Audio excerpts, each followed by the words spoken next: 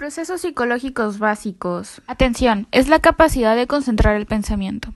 Es la capacidad de seleccionar y controlarse en los estímulos relevantes para procesarlos y responder en consecuencia. Tipos de atención. Arousal, nivel de activación y alerta. Focalizada, capacidad de centrar nuestra atención a un estímulo. Sostenida, capacidad de atender a un estímulo por tiempo determinado. Selectiva, capacidad de atender a un estímulo o actividad en presencia de otros distractores. Alternante. Consiste en la capacidad de cambiar el foco atencional entre dos o más estímulos. Dividido. Atender a diferentes estímulos o actividad al mismo tiempo. Atención involuntaria. Es la atención que depende de los estímulos del medio, a lo que prestas atención sin estar dispuesto a ello. Atención voluntaria. Es la cual las causas por las que se presta la atención a algo proviene del sujeto. Hay menos desgaste de energía mental. Características de la atención.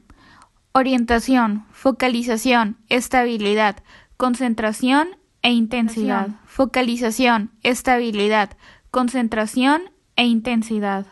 Alteraciones en la atención. Hipoprosexia. Logra concentrarse, pero no puede. Se centra en otros pensamientos. Hiperprosexia. Se concentra en determinados momentos. Atención distráctil. No se concentra en nada. Percepción. Capacidad de captar, procesar y dar sentido de forma activa a la información que alcanzan nuestros sentidos. Interpretar los significados de los estímulos que recibimos. Con los sentidos, la información llega al cerebro. Los estímulos se detectan, discriminan, comparan, reconocen e identifican. La percepción es provocada por la presencia física de un objeto. La organización perceptual pretende descubrir los factores responsables entre el elemento. La percepción del movimiento es una capacidad cognitiva que posee un organismo que le permite captar de forma inmediata el cambio de lugar de un cuerpo. Los sistemas que transmiten la información del movimiento son el sistema pargocelular y el sistema magnocelular. Memoria.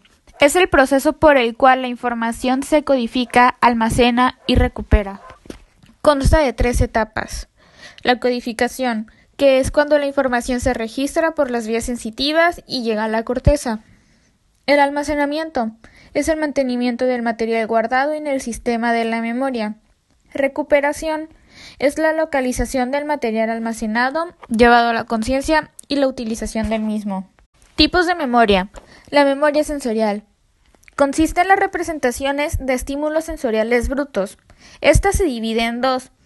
La memoria icónica, que dura menos de 1 segundo. Consiste en las imágenes que vemos. La memoria ecoica se desvanece después de 3/4 de segundos. Puede almacenar una réplica casi exacta de los estímulos. Memoria de corto plazo. Es menos completa que la memoria sensorial y menos precisa.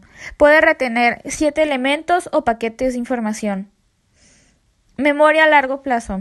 Su capacidad es prácticamente ilimitada. La dificultad reside en la recuperación de la información. Debe ser organizada y catalogada. Esta se divide en 4. La memoria declarativa. Es la memoria para la información objetiva, como rostros y fechas. La memoria semántica es para el conocimiento general, las reglas de la lógica. Memoria episódica es la memoria de los hechos de nuestra vida. La memoria procedimental es la memoria para las habilidades y hábitos. Trastornos de la memoria. El Alzheimer es una enfermedad de demencia. Es una afección cerebral progresiva y degenerativa que afecta la memoria, el pensamiento y la conducta. Altera la toma de decisiones, el juicio, la atención, el lenguaje, la personalidad y la memoria. Síndrome de Korsakoff es un desorden de la memoria causado por la falta de vitamina B1. Afecta la memoria a corto plazo. Motivación es la acción y el efecto de motivar. Es la razón que provoca la realización o la omisión de la acción. Es un componente psicológico que orienta, mantiene o determina la conducta de una persona. Tipos de motivación. En función de la fuente y origen del estímulo. Motivación de logro. Mecanismo que promueve la acción. Motivación de afiliación. Supone la búsqueda de seguridad y pertinencia del grupo. Motivación de competencia. Pretende alcanzar un objetivo establecido y realizarlo de la mejor manera. En función de donde proceda el estímulo. Motivación intrínseca. Es cuando la actividad se realiza por incentivos internos. Motivación extrínseca. El estímulo o incentivo para realizar una actividad proviene de afuera. Conducta motivada.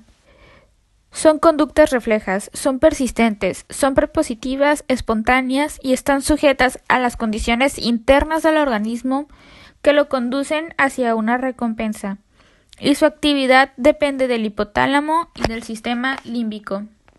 Teorías del instinto. El instinto son formas de tensión específica de la energía psíquica de acción dinamizante que expresan las necesidades corporales. No es racional, es una conducta innata. El principio de placer establece que los procesos psicológicos son desencadenados por la necesidad de establecer un placer. En este intervienen dos fuerzas: reducción de la tensión instintiva sexual hostil y la satisfacción de las expectativas de castigo. El principio de la realidad, característico de la conducta adulta, es una capacidad de prescindir el poder inmediato a fin de asegurar su goce y evitarse dolor.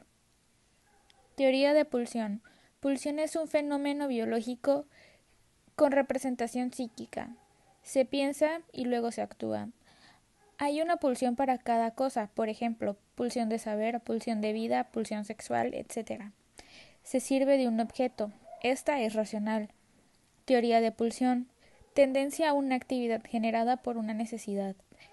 La necesidad es un malestar interno provocado por una carencia, o sea, un desequilibrio. Es la causa del comportamiento.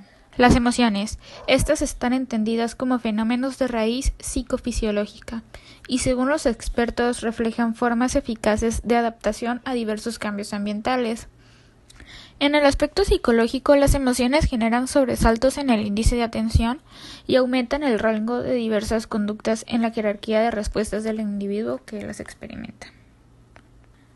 Para Philip Lerch, existen dos tipos de vivencias a las cuales se les aplica el término sentimientos, pero se diferencian según su movilidad y estabilidad. Estas son las emociones y los estados de ánimo.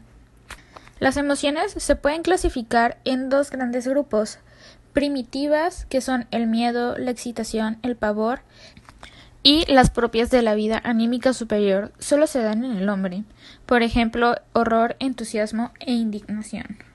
En la emoción la refieren los tres componentes de la vivencia subjetiva.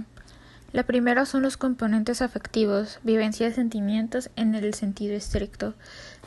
La segunda son los componentes somatoperceptivos, que son las percepciones de alteraciones fisiológicas y motricidad expresiva. Y la tercera son los componentes cognitivos, por ejemplo, preocupaciones por angustia, en general sobre la problemática de la emoción. Las emociones más comunes son el miedo, la vergüenza, la envidia, el amor, la ansiedad, la rabia, el enojo, la culpa y el resentimiento.